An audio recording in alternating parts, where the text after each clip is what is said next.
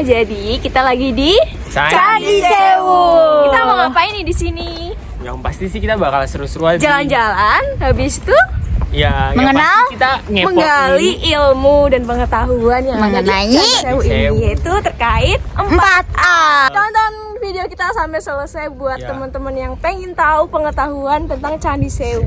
Oke. thank Yang you. pastinya sih seru banget ya guys. Oke, tunggu apa lagi? Langsung ditonton. Perkenalkan, kami dari Bisnis Pilihan Wisata UGM, kami berjumpa di sini. Saya perkenalkan dulu, saya Vina Pagani, kemudian Saya Teresia Dwi Clarita. Dan saya Dik Raymond Salina. Saya Wirazendra Talafahrevi. ya baik. Setelah ini Ibu bisa perkenalkan juga, silakan. Baik, Mbak dan Mas-mas. Saya petugas dari Candi Sewu, Bubrah, Lumbung dan Gangga. Ini pas kebetulan saya sedang monitoring nih ke lapangan gitu. Jadi mungkin apa yang perlu dibantu, tapi sebelumnya saya memperkenalkan ya. Nama saya Asmara Dewi. Jadi sekarang saya bekerja di Balai Pelestarian Kebudayaan. Sebelumnya itu nama Balai Pelestarian Kebudayaan itu namanya Balai Pelestarian Cagar Budaya Provinsi Jawa Tengah. Jadi di akhir tahun 2022 itu Balai Pelestarian Cagar Budaya Provinsi Jawa Tengah itu berganti nomenklaturnya menjadi Balai Pelestarian Kebudayaan. Nah, Balai Pelestarian Kebudayaan itu berkantor pusatnya itu ada di Bogem. Bogem itu masuk di daerah Yogyakarta. Nah, pada awalnya pengelolaan di sini itu masuk karena masuk BPJB Provinsi Jawa Tengah karena apa? Wilayahnya masuk dalam desa Bugisan. Nah, Bugisan itu kan masuknya di Kabupaten Klaten. Iya. Nah, itu kan juga kalau Prambanan ini sebetulnya pengelolaannya itu masih satu area dengan Prambanan, terus Lumbung, Bubrah, Sewu itu masih dalam satu pengelolaan satu area gitu ya. Namanya Prambanan Kempon. Nah, Prambanan Kempon itu termasuk masuk warisan budaya, warisan dunia yang oleh UNESCO itu masuk di daftar list nomor 642 tahun 1991. Nah, makanya kenapa Candi Sewu itu namanya itu jarang terdengar gitu. Yang terdengar itu ya Prambanan. Sampai di luar negeri itu posnya Prambanan masuk World Heritage itu. Ya itu karena di dalam UNESCO sendiri listnya itu adalah Prambanan Kempon, bukan Sewu Kempon. Prambanan Kempon. Nah, itu yang membuat Prambanan itu namanya lebih populer. Namun sebetulnya candi ini itu tidak kalah menarik gitu. Dan itu sebetulnya satu area pengelolaan dengan Prambanan. Nah, siapa yang mengelola gitu kan? Yang mengelola tentunya kalau dari saya nyebut aja BPK ya. Karena ini udah tahun 2023. Nah, itu BPK. Nah, kalau BPK itu mengelolanya diutamakan pada aspek cagar budayanya dan nilai budayanya. Itu cenderung didominasi di dalam area ini ya. Nah, kami itu ada pagar ini ya. Itu termasuk zona 1. Zona 1. Ya, meskipun kepentingan untuk pariwisata, wisatawan bisa berkunjung ke area ini, tetapi mungkin ada pembatasan-pembatasan yang tegas ya. Nah, pembatasan itu tidak lain sebetulnya untuk suatu preservasi bangunan cagar budayanya itu sendiri supaya ya tetap lestari lah. Tetapi masyarakat yang berkunjung di sini, baik wisatawan maupun kepentingan-kepentingan lain, misalnya agama, pendidikan, kayak mas-mas ini ya, belajar ya. Nah, itu bisa memanfaatkan gitu di area ini gitu. Tetapi tentunya ada batasan-batasan yang tegas untuk pelestarian. Langsung saja kita ke pertanyaan-pertanyaan. Jadi itu ada 4 pertanyaan. Yang pertama atraksi, aksesibilitas, amenitas, dan juga engineering. Nanti akan dijelaskan oleh kami masing-masing satu orang mendapatkan satu bagian. Bisa dimulai dari aksesibilitas. Ini mulai dari aksesibilitas dulu gitu ya. Ya. Untuk aksesibilitasnya Bu, untuk anak kecil itu udah bisa dibilang cukup mudah atau Sebetulnya mudah atau tidak itu tergantung informasi yang dia dapat. betul, Ya. betul. Nah sebetulnya kalau zaman sekarang itu zamannya medsos, zamannya Google. Betul. Ada Google Map. Ya. Lokasinya di mana tinggal Google Map. Nah, itu sebetulnya tidak jadi masalah yang pokok gitu ya. Nah makanya kalau saya bilang bahwa itu adalah mudah dicapai. Kalau apabila dituju dari arah barat, misalnya dari Yogyakarta lah ya, dari arah barat itu kan sebetulnya di sisi timur itu kan akses jalan besar antara Jogja Solo. Iya. Namanya Jalan Jogja Solo. Nah, itu untuk kepentingan wisatawan itu bisa mengambil di arah selatan, pintu masuk ya, selatan timur. Selatan timur. Itu memang ada pintu masuk dan itu melalui ada pintu tiket ya. Ya, tadi yang sudah saya sampaikan, pintu tiket sendiri itu dikelola oleh PT TWC, Borobudur Prambanan dan Ratu Boko. Nah, di situ nanti masuk itu adalah satu paket dengan Prambanan dan kemudian keliling dengan sewu. Nah, apabila ingin mengetahui tentang Candi Prambanan, mungkin bisa keliling Prambanan dulu, ya toh. Kemudian nanti bisa ke Bubrah. Pertama sebelum Bubrah itu Lumbung, ke Lumbung, kemudian Bubrah, kemudian ke Candi Sewu, nanti muter lagi. Nah, biasanya kalau untuk wisatawan asing itu senangnya berjalan kaki. Dari Candi Prambanan senang berjalan kaki karena dia menikmati alamnya, menikmati suasananya. Sebetulnya suasananya asri loh. Bisa berkeliling jalan, malah kalau jalan kaki itu ya nanti capek, misalnya lelah duduk karena memang ada tempat-tempat untuk duduk itu loh, kayak shelter gitu ya. Tapi kalau misalnya kuat ya sudah jalan kaki aja, nanti lewat ke Candi Sewu bisa jalan lagi kembali lagi ke arah pintu keluar sana. Nah di sana juga ada warga sekitarnya itu yang berjualan juga ada. Ya untuk souvenir. Nah, gitu kan juga salah satu bentuk juga mengakomodir ekonomi kreatifnya mereka. UMKM berarti jalan gitu. Iya, betul. Tapi kan dikelola di sana ya, bukan di sini. Kalau di sini sudah satu paket dari sana dan ini lebih cenderung ke pelestarian. Nah, kemudian kalau mau naik kendaraan itu namanya kendaraan Tayo. Silakan nanti bisa mencoba gitu ya, mobil listrik ya. Tayo. Istilahnya orang sini ngomongnya kendaraan Tayo. Ada yang bilang kalau yang pendek itu namanya kendaraan Golf. Nah, betul. Itu malah justru banyak wisatawan domestik. Selama ini kita perhatikan, wisatawan domestik ya. Apalagi kalau misalnya panas. Tapi kalau orang asing itu malah justru pengen, mereka tuh seharian di sini pun enggak apa-apa gitu. Nah, kalau yang domestik tuh biasanya ya mereka kan ada yang model dia sudah satu paket, jadi di sini cuman mungkin 2 jam gitu, jadi mungkin waktu juga lebih harus dipercepat gitu kan, nanti dia kunjungan kemana lagi ya. Berbeda kalau misalnya tujuannya penelitian atau memang khusus ke sini itu memang berbeda gitu. Nah itu biasanya mereka menggunakan kendaraan Tayo, anggap aja ya Tayo, terus berkeliling dari Prambanan. Nah sepertinya bayar lagi deh. Bayar lagi? Ya, jadi tiket masuk terus bayar lagi. Nah bayarnya tuh saya belum ngerti ya. Ya bisa dicek. Terus nanti ya itu melewati apa namanya Lumbung, Bubrah, kemudian sisi baratnya Candi Sewu, kemudian ke utara. Nah di utara itu mereka berhenti. Nah seperti itu, mereka berhenti.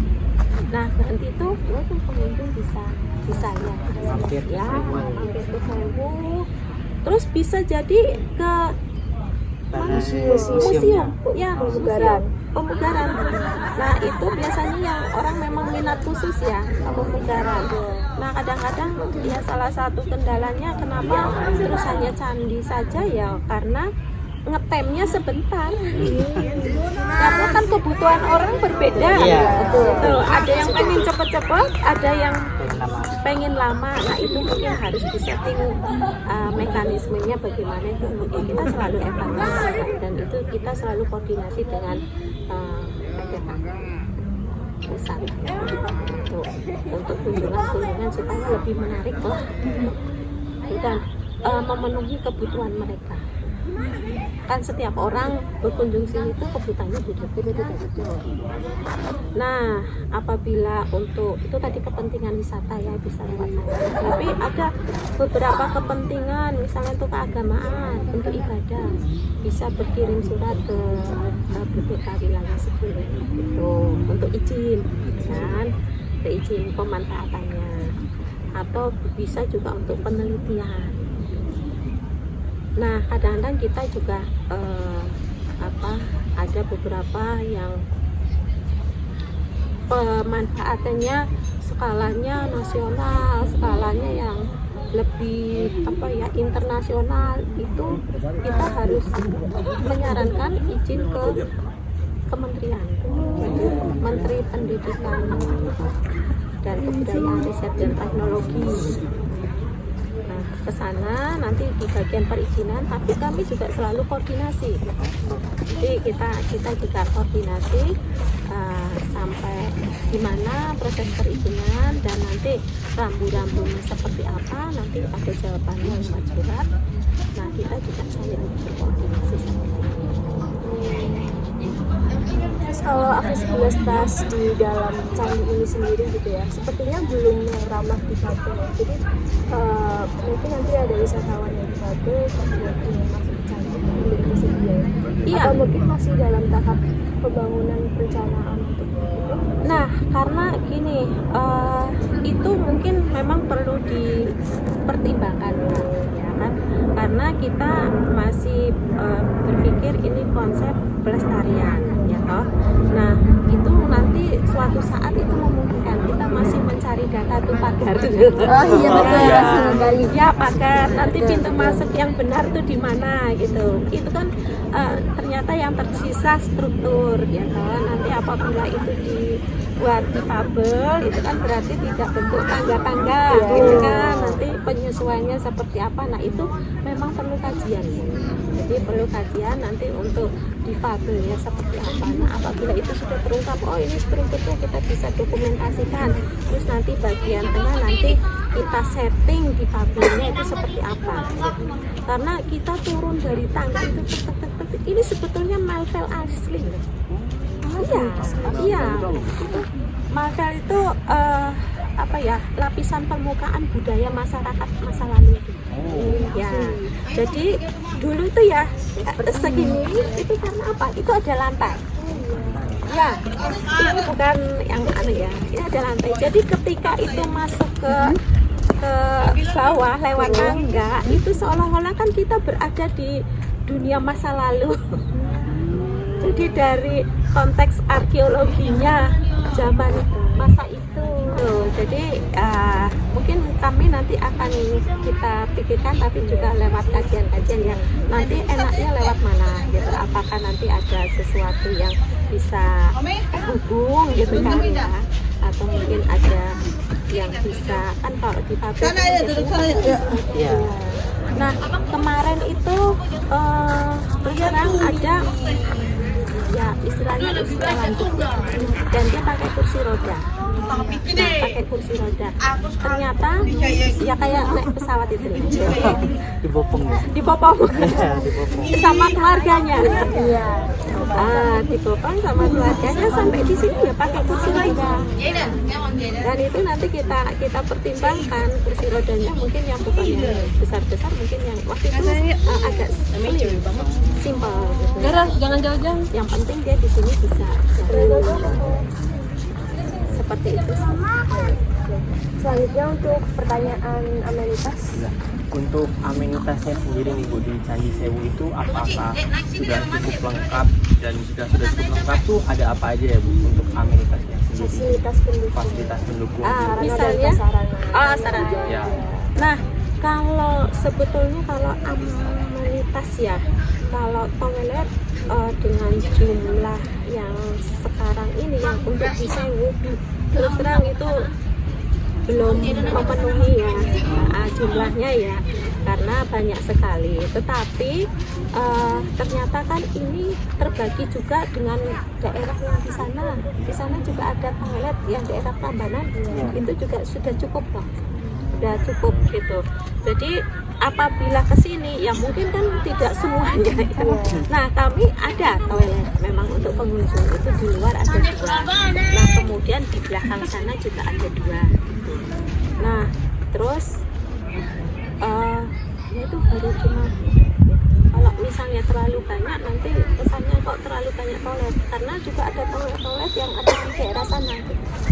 Dan itu kan hanya untuk membantu ya ketika memang ada kebutuhan orang untuk menggunakan toilet itu.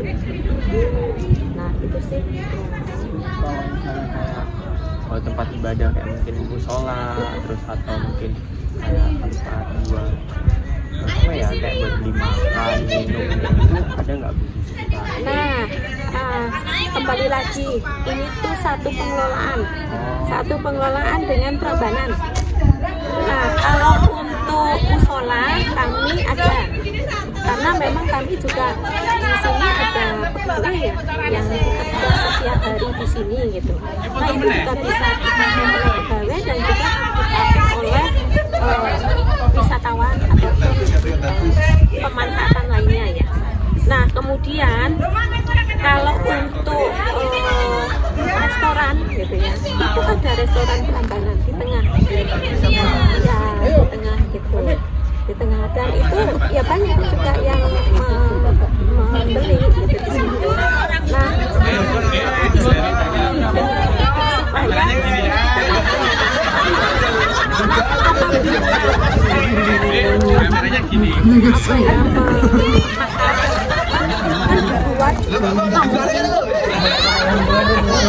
Tak dulu, ada yang foto. Iya.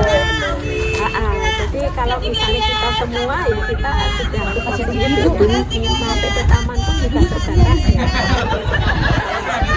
Batasan uangnya juga Nanti ada foto siapa fotonya? untuk yang kafetaria kita tidak di sini kami tidak Nanti posisi kiri sana. fungsi pokoknya di pelestarian.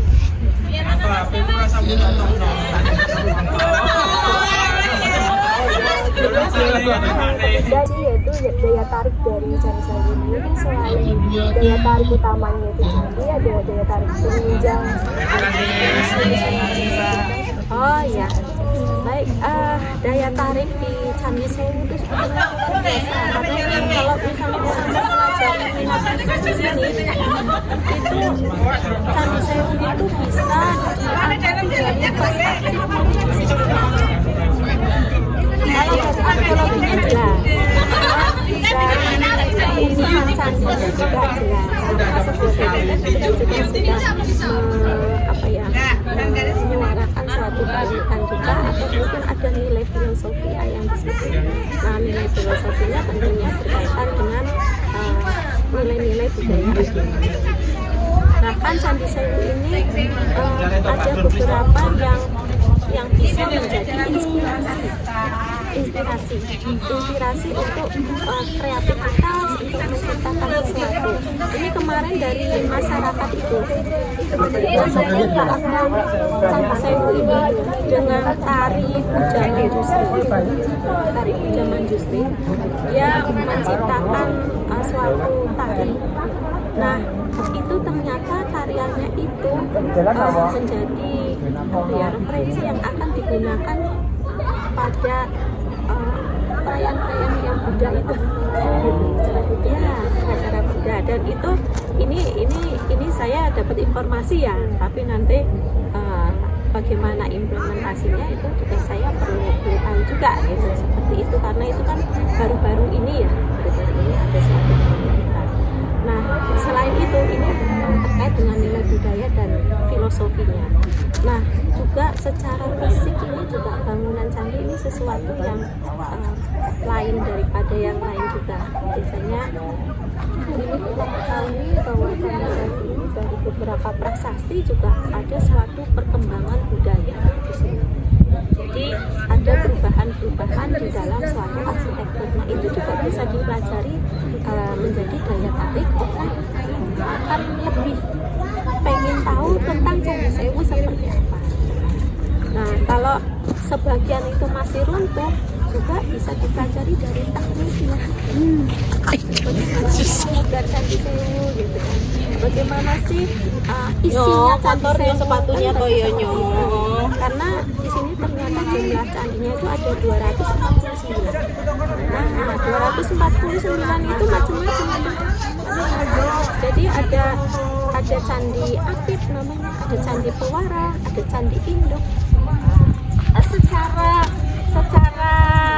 ini ya, secara terlihat mata mungkin hampir sama gitu, tetapi ketika itu dilihat secara detail itu pasti mempunyai perbedaan-perbedaan dan keunikan masing-masing. Nah, itu biasanya yang lebih banyak tertarik dengan mempelajari itu adalah akademisi. Dan itu tidak hanya akademisi yang berkecimpung di dunia arkeologi, di dunia teknis, tetapi dunia seni. Jadi isi, iya seni, isi. Karena apa? Melihat figur relief itu dengan gaya-gaya tertentu itu mereka pelajari. Gitu. Anak seni gitu kan ya. Inspirasi. Nah, sekarang gini kayak Mas Wira gitu ya. Itu kan juga melihat sini dari sisi perspektif pariwisata. Ya toh, makanya tertarik di sini gitu kan. Nah, itu kan juga minat-minat khusus. Nah, kalau minat wisatawan itu memang kita harus mempelajari lagi perorangan ya, dalam arti itu memang kita harus mengkaji. Bisa dengan kuesioner itu. Ya, yang untuk khusus wisatawan. Tapi kalau untuk pendidikan, untuk kepentingan agama kan jelas ya. Ya, untuk kebudayaan jelas. Tetapi kalau wisatawan itu beragam. Ya.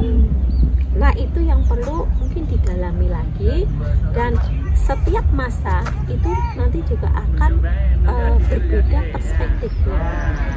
Bagaimana cara memandang dia ke sini. Nah, itu juga perlu ada suatu kajian-kajian atau penelitian-penelitian yang perspektif wisatawan ke suatu daya tarik minat datang ke situs Candi Sewu itu juga perlu didalami kembali.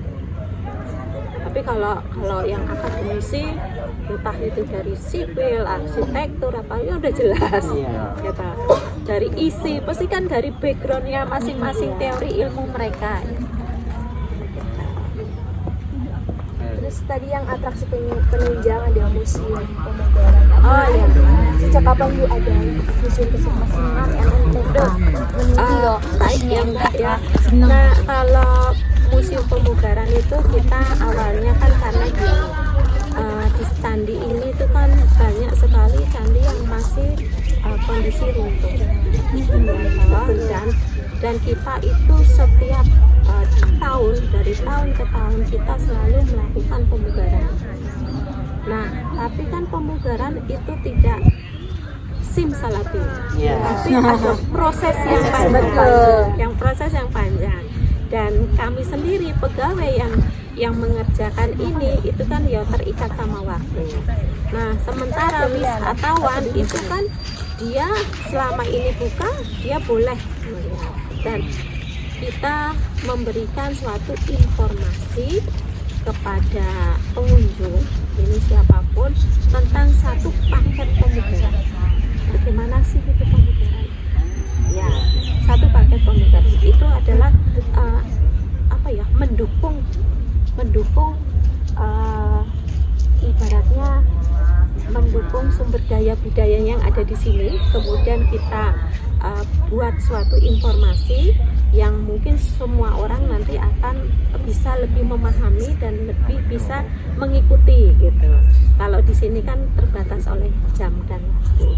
Nah, itu kami menyajikan suatu informasi tentang proses pemugaran.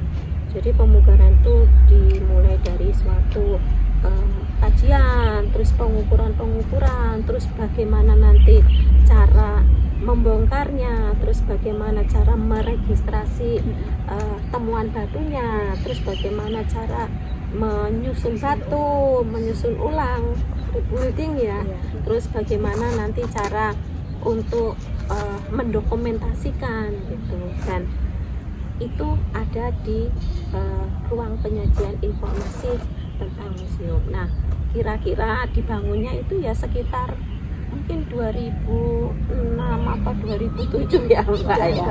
Ya, sudah agak lama ya. Itu juga pakai proses itu. Karena dulu kita ibaratnya ingin mencanangkan bahwa Candi Sewu ya adalah laboratorium untuk pemugaran dan untuk pemeliharaan juga termasuk di situ.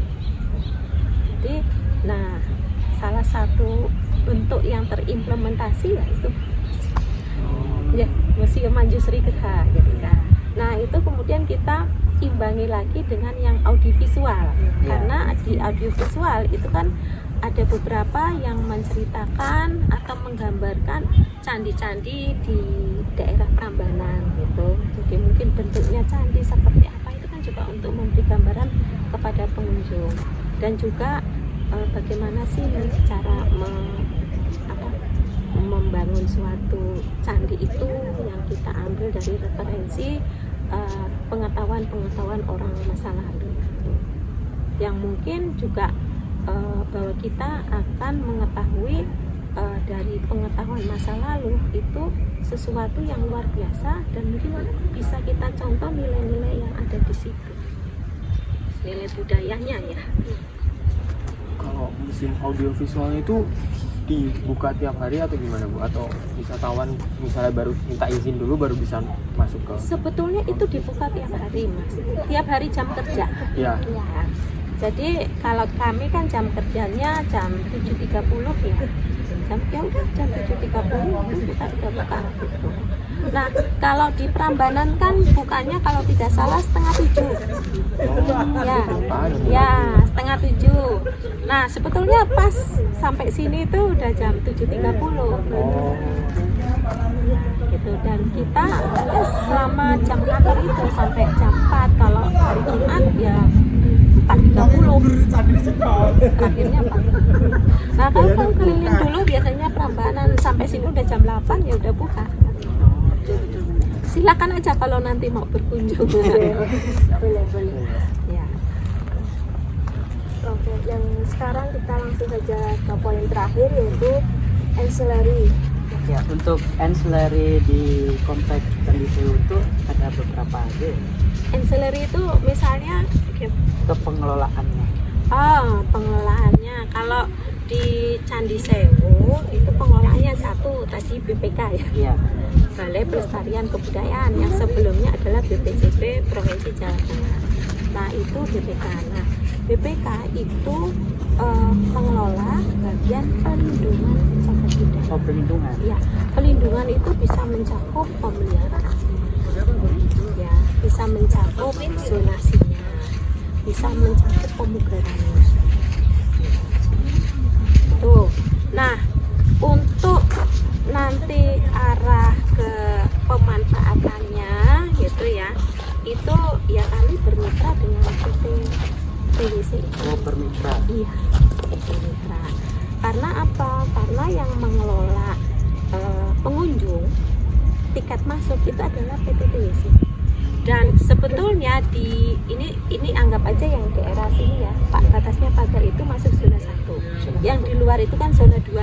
Nah, zona 2 itu kan pengelolaannya TWC. Jadi kami cenderung di sini. Berarti di zona 2 itu sudah milik TWC. Iya, betul. Dan itu pengelolaannya oleh PT TWC. Tetapi karena kita bermitra, ini juga cagar budaya biar kita sejalan dan bersama-sama, ya kita intinya di sini ya bermitra. Jadi PT TWC juga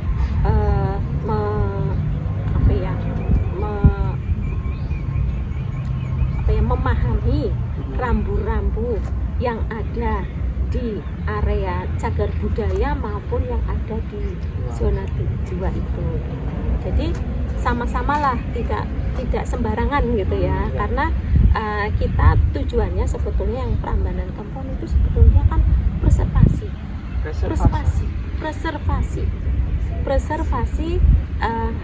cagar budaya, karena BPK tambah lagi nilai budaya.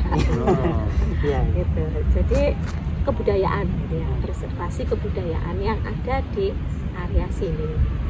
Jadi kalau pengunjung kan pengelolaannya PT Taman, makanya kayak misalnya resto yang PT Taman sana, tiket ya PT Taman, itu yang akses fasilitas ya lebih cenderung ke PT Taman bagi kendaraannya. Terus nanti promosi ya selama ini ya masih PT Taman. Kami itu fasilitasi. Berarti belum ada badan promosinya ya Candi Sewu sendiri. Kalau Candi Sewu itu cenderung fasilitasi. Fasilitas. Ya sebetulnya ya promosi karena pemanfaatan ya, tapi karena BPK kita cenderungnya di pelindungan ya kita cenderung difasilitasi gitu. Nah PT Taman itu sering mengadakan promosi. Jadi satu paket, misalnya paket edukasi untuk anak-anak. Nah nanti dia tanya sama kami, kita kan memfasilitasi. Ini nanti ada penggalian di mana? Oh di sini, coba nanti bisa dilihat, itu satu paket. Oh bisa melihat juga penggalian. Iya. Tapi kan kami jarang ya, paling kami melakukan pemugaran gitu. Jadi promosinya seperti itu, karena bukan promosi yang sifatnya di luar batas rambu-rambu. Nah, makanya kalau pemanfaatan misalnya ada untuk pentas atau event-event itu biasanya menggunakan ruang yang lebih luas, itu biasanya di area Prambanan. Misalnya jazz festival atau tari massal sak Jogja, Jawa Tengah. Kami juga pernah ini ada misalnya acara-acara di sana itu di sisi timur. Ya misalnya pentas-pentas tari tradisional. Kemarin itu ada budayawan Kabupaten Klaten itu menyelenggarakan tarian massal. Tarian massal? Iya, di situ. Di sisi utara itu bisa. Nah, kami sebatas itu jadi memfasilitasi. Oh, berarti untuk event yang untuk di candi utamanya itu bisa diadakan event di sana atau tidak? Yang di sana juga kan istilahnya bukan di candinya toh Mas, jadi di halaman 2 kan ya, namanya halaman Garuda ya, jadi memang disediakan itu. Disediakan ya asal ada izin. Yang penting perizinan, karena perizinan itu kan menyaring mana yang boleh mana yang tidak, yang boleh apa yang tidak apa. Kemudian untuk pengelolaan mungkin dari komunitas seperti itu ada tidak? Nah kalau kita pengelolaan untuk komunitas, karena komunitas itu sebetulnya peran serta ya, masyarakat itu kan berperan serta. Kami kadang-kadang ya mengadakan bersama misalnya resik-resik candi Mbak. Kita pernah itu dengan komunitas resik-resik candi, mereka ternyata senang ya. Jadi ada momen tertentu kita berusaha untuk mengakomodir keinginan mereka, karena mereka juga kan ikut program juga. Ya udah melakukan resik-resik candi. Gitu. Nah, mahasiswa juga boleh nih suatu saat resik-resik candi, nggak apa-apa, usul. Ya, Kalau bersih-bersih candi tuh yang bersihin apa ya? Bukan kayak batu kan jadi. Terus disapu kah? Kan nggak mungkin kan kalau dipel ya Bu ya. Itu Iya. gimana ini Nah, bersih-bersih candi? apa ya, naik batu itu kan ada lumut. Oh, Boleh iya. kita sikat gitu.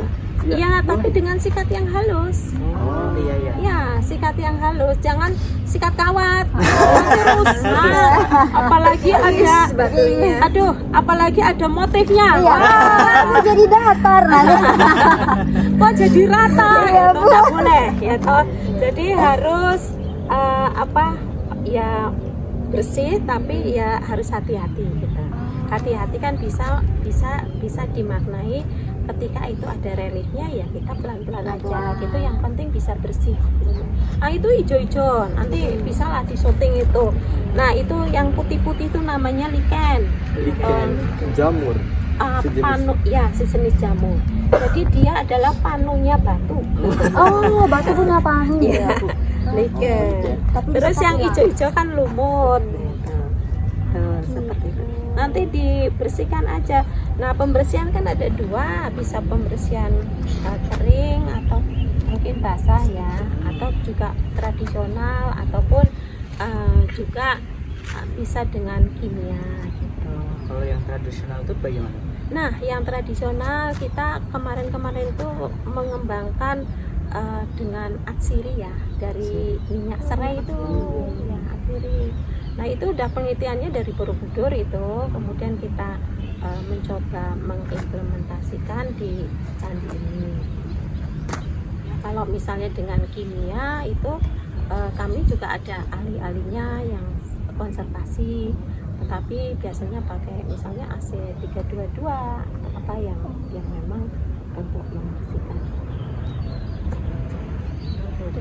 Jadi jangan khawatir kalau misalnya mau gotong royong pembersihan candi, enggak apa-apa, dari mahasiswa sekali-sekali gitu. Pas 17-an tuh ya toh. Jadi mahasiswa merdeka belajar. Salah satunya itu membersihkan candi ya toh, dengan mempelajari materinya. Gitu. Bisa Bu. Bisa ya kan? PBL. Jadi bersama itu, entah di mana nanti kita siapkan Candi Sewu nggak apa-apa, atau nanti candi yang lain lah. Kalau misalnya kita bakal ada nih bersih-bersih candi, itu mana yang akan kita bersih? Ini banyak loh Mbak. Iya, kita pasti yang ini yang ini. Mau candi yang sudah ada juga ada, bebas. karena Ini ya ada. bebas. Nanti kita gini, kalau misalnya mau bersih, kalau misalnya komunikasi sama kita, nanti kita bisa pilihkan. Kayak oh ini aja. Nah, ini yang ini aja, bahannya apa dulu, ya, ini aja nih. Gitu. Tapi kalau mau pilih sendiri, ini saya di sini, oh ya silakan. Bu, kalau misalnya yang di atas itu bersihnya gimana Bu? Betul. Ada namanya juru pelihara. Oh, suruh pelihara. Mereka naik. Naik sampai ke atas. Makanya Mas, kalau misalnya mau ke sini itu pas jam itu aja, pagi aja, apa kita melihat nanti ada yang naik ke atas. Setiap pagi. Iya. Setiap Karena hari, Bu. kan rutin, iya. Kami ada apa ya, pembagian tugasnya itu. Jadi yang memang ahlinya. Jadi kayak manusia laba-laba itu. Dia enggak pakai pengaman atau apa? Dia pakai pengaman. Rada serem ya kalau nggak ada. Langsung masuk. Syutingnya. Cuman gini ya, untuk pengamanan candi ini kan bentuknya bulat tuh ya. Iya. Kita memang masih perlu setiap saat untuk mengevaluasi dan mereview. Nah, karena tidak mudah kalau yang batu. Kadang-kadang itu sudah pakai pengamanan, ternyata ya tetap licin dan ininya malah susah gitu kan, karena bulat gitu kan ya. Nah, itu kami juga rencananya tahun ini kami akan mengadakan kajian tentang pemanjatan Candi Sewu untuk juru ya, untuk nanti mempermudah juru pelihara itu.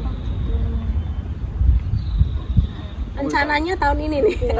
Tadi Ya karena kita mengevaluasi ya, Iya. mengevaluasi, waduh tingginya seperti itu dan tidak semua orang itu bisa. Berani sih, Oh, lebih ke berani sih menurutku. Aku Kalau juga bisa takut bisa, ya. karena kita sediakan tangga. Oh, Tapi keberanian itu setiap orang itu nggak sama. Iya betul. Ya betul, gitu. Dan perlu benar hati-hati. Dan kalau habis hujan itu biasanya nggak dipanjat dulu, licin. Tunggu sampai kering gitu tadi, baru nanti bisa. Dan itu harus benar-benar direncanakan. Jadi dari bawahku, oh nanti saya mau panjat sebelah sini, saya ambilin tuh di atasnya kan biasanya ada ini, ada ibaratnya namanya tanaman-tanaman yang tumbuh itu kan, itu akarnya masuk ke sela-sela itu harus diambil dan harus pelan-pelan. tumbuhannya di atas. Ada dia tumbuh kan. Yuh, kadang-kadang ini loh mas, burung itu nempel, itu membawa bibit Oh iya. dan dia meninggalkan di situ kan ada benih. Nah di situ kan kadang-kadang di sela ya basah, pasti ada kehidupan kan. Kalau sarang burung Iya, itu ada nggak sih Bu? Sarang burung saya saat ini belum lihat karena setiap hari dioprak-oprak. Oh, dibersihin ya. iya. Ada beberapa yang ada gitu kan, tapi kita mencoba dioprak-oprak lah kalau ada burung gitu kan. Misalnya ada yang naik aja, burung mau nempel di situ kan, ada yang naik itu udah terbang. Nah itu saya itu ya itu kalau melihat itu sampai atas gitu, apanya naiknya itu loh, dan itu santai gitu. Ya harus ini artinya tenang. Iya, Kalau iya. tenang kan larinya santai. Enak. Nah, ya toh. Kalau tegang itu kan larinya gemeter. Iya. Iya, iya. Berapa orang yang ngerjain? Nah kalau yang kelompok ini itu kalau tidak salah ada sekitar mungkin 7-8 ya, 7-8 tahun. Kita kan dibagi kelompok karena kelompok gitu. Nah yang biasanya yang memanjat mungkin sisi sini satu, sisi sana satu, dan nanti besok lagi gantian gitu. Karena kan di bawah juga, di atas juga. Jadi memang kondisinya itu harus setiap hari sebetulnya dipantau gitu. Dan kemudian di sini kan kelembapannya tinggi ya. Jadi tumbuhan lumut, tanaman itu cepat sekali.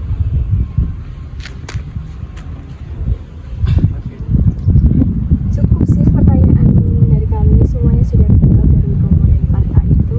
Terima kasih banyak buat Bu Dewi Ya. sudah menjawab secara lengkap dan kami diberikan kesempatan untuk bisa mewawancarai KN 4A di Candi sendiri. Teman-teman ada tambahan nggak? Udah. Cukup. Kita tutup dulu. Terima kasih banyak Bu Dewi dan teman-teman.